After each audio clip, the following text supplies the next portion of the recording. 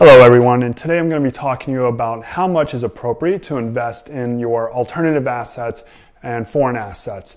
Now, I'm not talking about mainstream investments here in terms of stocks and bonds. We're talking about that part of your portfolio that you're going to take a chance on, where you're going to take a chance on your ideas and put some of your own sweat equity into your investments with hands-on investments as well. So I think the first thing that people ask me is, why do I need to decide on how much to allocate to this certain area beforehand? Why not just allocate all my money? Well, the reason being is that, again, this is kind of, at its base level, your play money. This is the kind of money where if you have an investment idea, but you're not too sure about it, or maybe you've read something recently that's piqued your interest and you want to give something a try, that's what this portion of your portfolio is about. It's kind of your play money.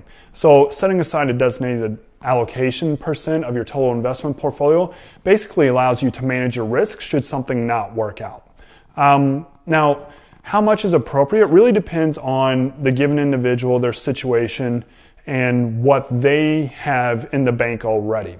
But and life situation as well. So seeing as we have a family here at No Boundary Investor, that's something where for us, we don't want to go any more above 20% at this time. Now that's not to say that later on we won't go higher, but at this point we want to keep it at 20% below, and right around 10 to 20 is that sweet spot.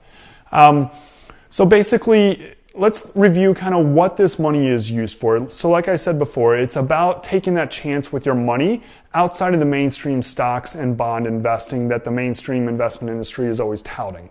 Now, one primary focus of doing this is learning, is increasing your human capital.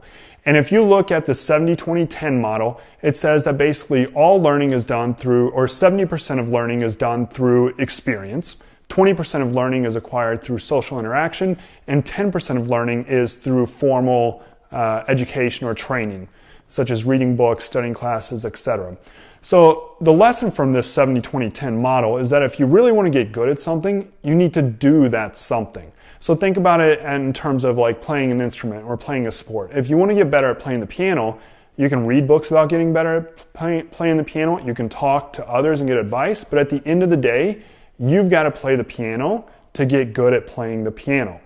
And that's the same thing here with investing and with developing business or being good at business in general, is that if you want to get good at it, you've got to do it. And that's what this portion of your portfolio is about.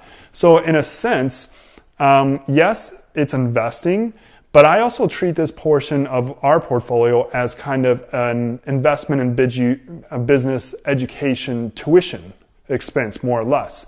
So ideally, you want to minimize the cost of your tuition and maximize the returns, right?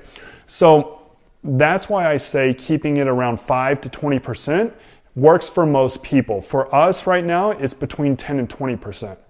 Now, some people will say, well, if this is something that you really believe in and it's about developing yourself, why not go more in? Why not go 30% of your investment portfolio? Why not go 40 or 50? Some people may even say, I want to do all my investment portfolio that way. My reasoning is this. When you're first starting out, which many of you are, that you're more likely to fail, right? The first time you do something is most often the most difficult and has the least payoff for you.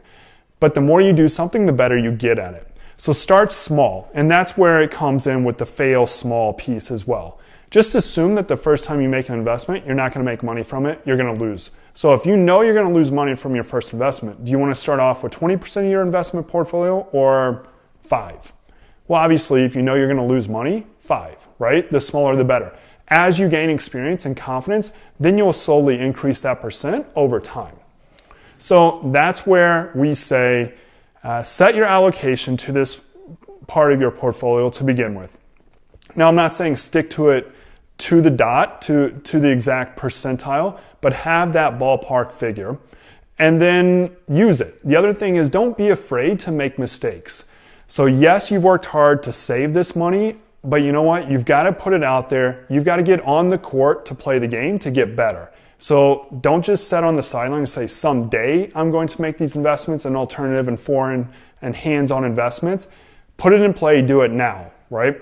So our recommendation to close here, 5 to 20% of your investment portfolio should be allocated to alternative and foreign assets where you're doing hands-on business management or investment selection. Write everything down, make records of it, track it, and just realize that if you make mistakes, the only problem with that is that if you don't learn from them and it prevents you from going forward. Don't be afraid to make mistakes. Don't be afraid to invest.